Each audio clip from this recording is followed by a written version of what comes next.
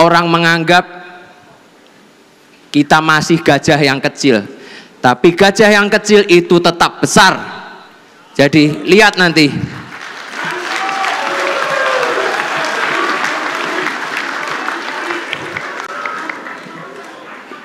2029 kita akan menjadi partai yang besar. Full mendukung PSI.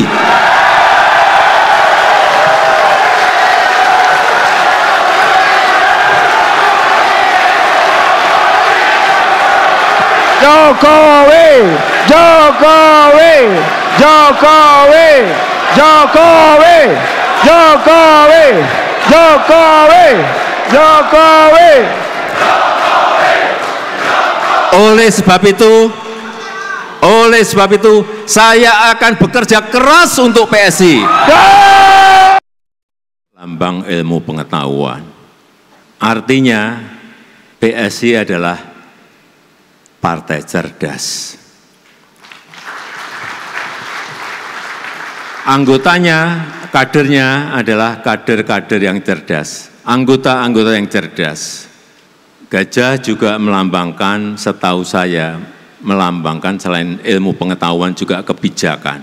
Tapi yang paling penting, gajah itu kuat dan besar.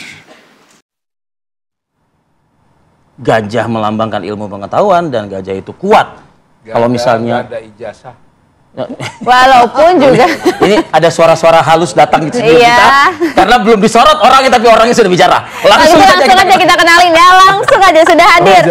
Ada Bang Yan Kurniawan dari Senior Analis Drone Emprit. Selamat pagi Bang Yan. Oh pagi, oh udah masuk. Padahal tadi Bang Yan, saya mau cicat dulu sama dia nih. Oh iya. Tapi Bang Yan sudah ngomong, jadi ya udah langsung aja lah. Langsung aja. Ada Bang Yan udah nggak sabar kan ingin ngomong netizen kan gitu, kalau netizen ya. Ini mewakili netizen kan. Memang suka nggak sabaran, tapi di sampingnya juga sudah ada bunda kita yang cantik jelita, ada Prof. Lely Aryani, analis komunikasi politik dari LS. Biar selamat pagi. Selamat pagi, Prof. Selamat pagi. Assalamualamualaikum warahmatullahi wabarakatuh. Ya Rifi dan Bang Yan. Selamat pagi juga ya Bang Yan. Biasa kan dengan Rifi kan dia biasanya kan lalamu indah baso di kandang kudo, diganti di kandang gajah. Dan juga sudah tersambung melalui sambungan Zoom bersama KBD juru bicara PSI Aryo Bimo. Selamat pagi, Mas. Selamat pagi, Mas Bimo. Indonesia, apa kabar Indonesia? Halo, selamat pagi.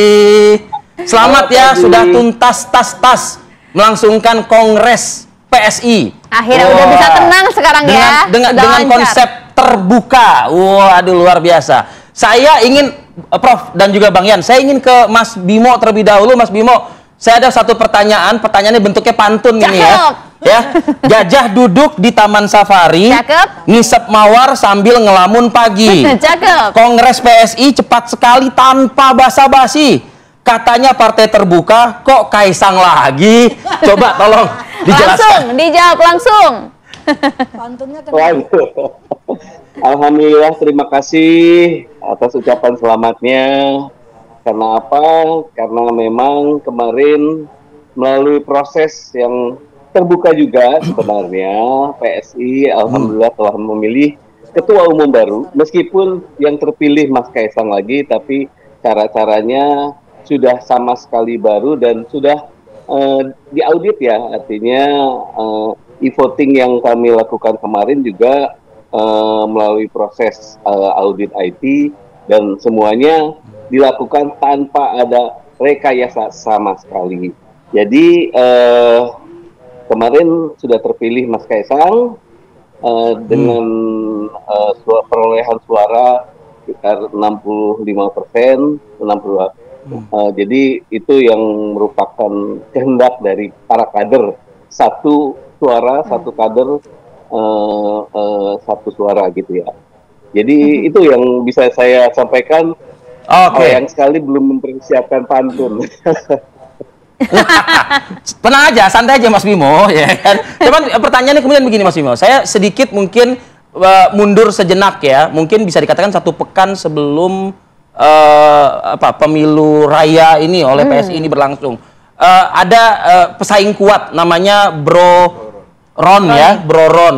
Itu kalau nggak salah perbedaannya cukup jauh begitu dengan Kaisang di media 10 sampai 13 Juli begitu ya. Nah, tapi kok tiba-tiba wah langsung melesat begitu. Nah, ini kan bertanya-tanya, ini terbukanya gimana? Apalagi tadi Anda mengatakan ada audit IT juga ini. Boleh dong di-share informasinya ke kita, siapa yang mengaudit, siapa yang memilih begitu.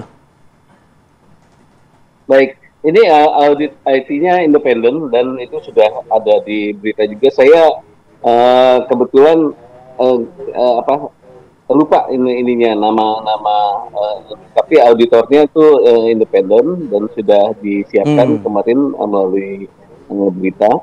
Nah, tapi yang perlu ditegaskan, kalau saya melihatnya, saya juga sebagai kader gitu ya, dan kemarin itu persaingan memang ketat. Kalau dari sisi popularitas, Bro Ron ini juga cukup populer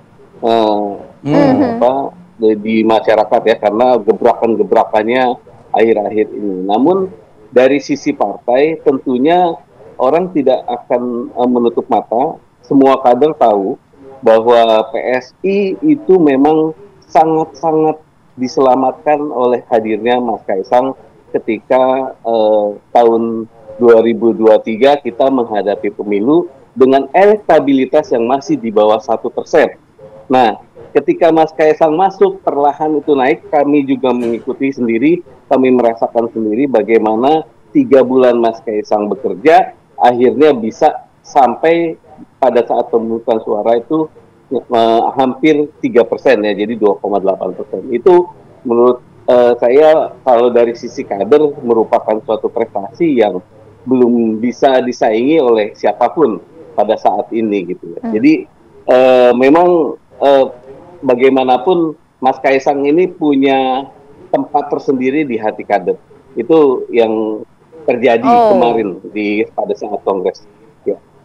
Oke, punya tempat tersendiri di hati para kader, artinya banyak pertanyaan karena ini bukan politik balas budi begitu kan? Di pemilu kemarin. Bukan. Jadi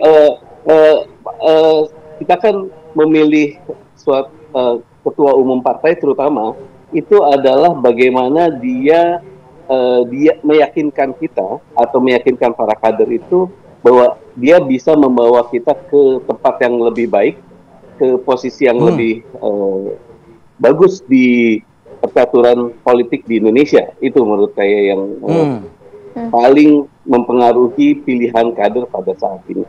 Meskipun saya bahkan ya. Gimana Mas Bimo? Silakan lanjut. Bro Ron itu pesaing kuat ya. Bro Ron itu pesaing kuat. Kemudian Agus juga itu, Bro Agus itu juga pesaing kuat karena dia punya basis masa yang kuat. Tapi ya kalau dari sisi kader untuk memilih seorang ketua umum ya pastinya dilihat dari apa yang dia telah lakukan untuk partai ini. Nah, ini yang menarik. Sebelum saya ke Prof. Lely dan juga Bang Yan, satu sedikit ke Mas Bimo nih, Mas Bimo. Artinya PSI lebih mementingkan siapa yang menyelamatkan partai di 2024 kemarin ketimbang ya mereka yang dekat dengan masyarakat secara langsung. Kita tahu Bro Ron dan konten-kontennya luar biasa, dekat sekali dengan masyarakat, suara-suara aspirasi dibantu, dibawa ke permukaan dan dipertemukan langsung dengan para pemangku kebijakan dan lain sebagainya. Bukankah partai politik kan harusnya kan suara masyarakat juga yang dibawa? Dan juga dengan tagline kan partai super terbuka, siapa saja kemudian bisa menjabat sebagai elit di PSI. Ini bagus banget, karena apa? Karena kalau dari sisi partai kan sebenarnya siapa nih 2029 yang bisa bawa PSI untuk menjadi lebih besar. Kalau misalnya memang masyarakat itu memang tertarik untuk bisa, kalau gitu saya juga ingin menentukan nanti ketua umum saya siapa di PSI, ya udah masuk aja join PSI. Karena apa? Di PSI kita bisa memilih secara langsung ketua yang kita inginkan untuk memimpin kita nanti.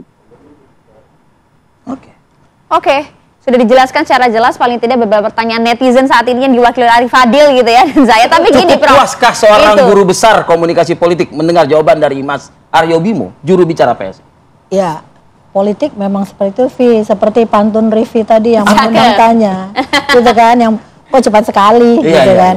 Sebenarnya dalam konteks PS ini tanpa kongres pun kita sudah bisa membayangkan Kaisang akan dipilih. Kok bisa membayangkan? Sebab itu seorang Pak Jokowi di Solo pernah mengatakan partai ini akan super terbuka katanya. Iya.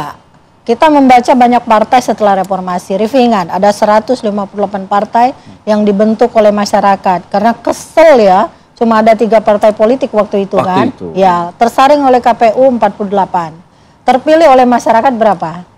Di angka 10 kan, cuma ya. Karena masyarakat sebenarnya yang menentukan. Jadi pertanyaan Rify yang terakhir tadi bagus sekali. Seorang Mas Bron gitu kan, sama Mas Broron, Mas Bron aja lebih muda, sama Mas Sang, sama Mas Kaisang gitu. Nah, Mas Kaisang itu dia kan 2 fenomena yang berbeda sebenarnya. Yang satu modal sosial, yang satu modal politik. Nah, seringkali modal sosial pasti dikalahkan oleh modal politik. Yang satu relasinya ke masyarakat, yang satu relasinya ke patron. Nah, dinamika antara patron sama si klien kebanyakan dimenangkan oleh yang punya relasi patron. Itu dalam politik. Jadi tanpa harus kongres pun sebenarnya kita membayangkan Kaisang ini juga akan menang gitu. Jadi ibaratnya seperti ada tamu, saingan atau lawan yang sebenarnya udah kamu maju aja deh supaya jangan terlihat bahwa sebenarnya dia tidak punya lawan.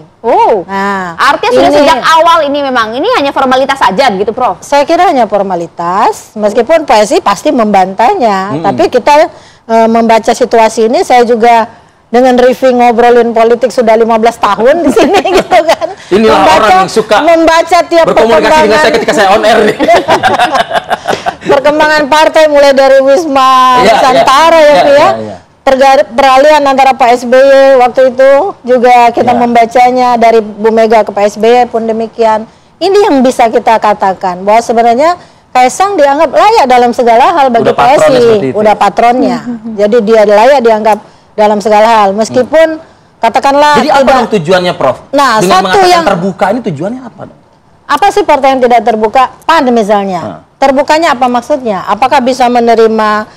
Waktu itu PAN kalau nggak salah identik dengan Muhammadiyah, lambangnya matahari. Orang berpikirnya ini partai Islam gitu ya.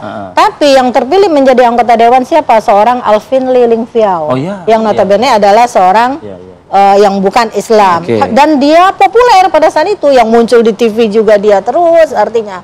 Tapi kan tidak ada stigma dan juga tagline terbuka gitu loh. Kalau ini kan jelas di PKS perubahannya dari Partai Keadilan saja menjadi Partai Keadilan Sejahtera gitu. Jadi sebelumnya juga ada perbedaan secara signifikan yang bisa dibaca. Kenapa mereka membuka diri?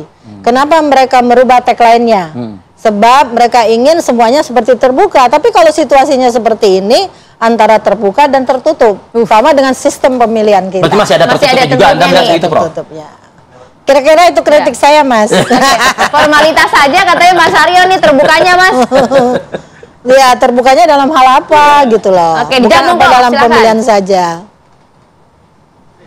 Baik. Terima kasih Prof atas kritiknya. Kami akan terus berkembang, tapi untuk saat ini yang bisa kami lakukan adalah membuka seluas-luasnya partisipasi bagi terutama kader-kader kami untuk bisa memilih secara langsung. Itu yang mungkin saya percaya yang baru melakukan itu adalah PSI. Dan apalagi yang melalui e-voting, melalui cara yang seperti cara kami, yaitu anak-anak muda yang ingin semuanya itu terbuka, artinya bisa di audit, bisa dipertanggungjawabkan, dan kalau misalnya kekuatan politik, tentu saja Mas Kaisang, Bro Ron, dan Bro Agus kemarin itu melakukan lobby-lobby ke bawah atau ke kader masing-masing ya. Tapi kalau misalnya pilihan itu benar-benar tidak bisa dipungkiri. Misalnya saya kasih ilustrasi saja di Jawa Barat itu dengan jumlah pemilih terbesar, Bro Ron itu mendominasi. Bro Ron itu mendominasi dan menang tipis ya atas Kaisang. Tapi ketika bicara nasional itu Mas Kaisang yang menang ya. Jadi Unggul. itulah Unggul yang gitu. terjadi kemarin, dinamikanya saya kira Baik. cukup menarik, dan terima kasih atas kritikannya. Kami akan terus berkembang. Oke. Tapi memang Oke. agak unik ya, Pi. Nah, sebentar nih, sebentar. Ini kalau tadi Mas Bimo mengatakan terima kasih ke Prof. Lely ya kan, Kritikannya, atas karena kritiknya. berusaha. Nah, persiapkan diri Anda, Mas Aryo Bimo, untuk mendengarkan kritik dari warganet yang akan disampaikan oleh Bang Yan. Bang Yan, usai jeda Bang ya, waktunya biar panjang nih. Kita tahan dulu ya, setelah kami kembali untuk Anda. Siap-siap ya.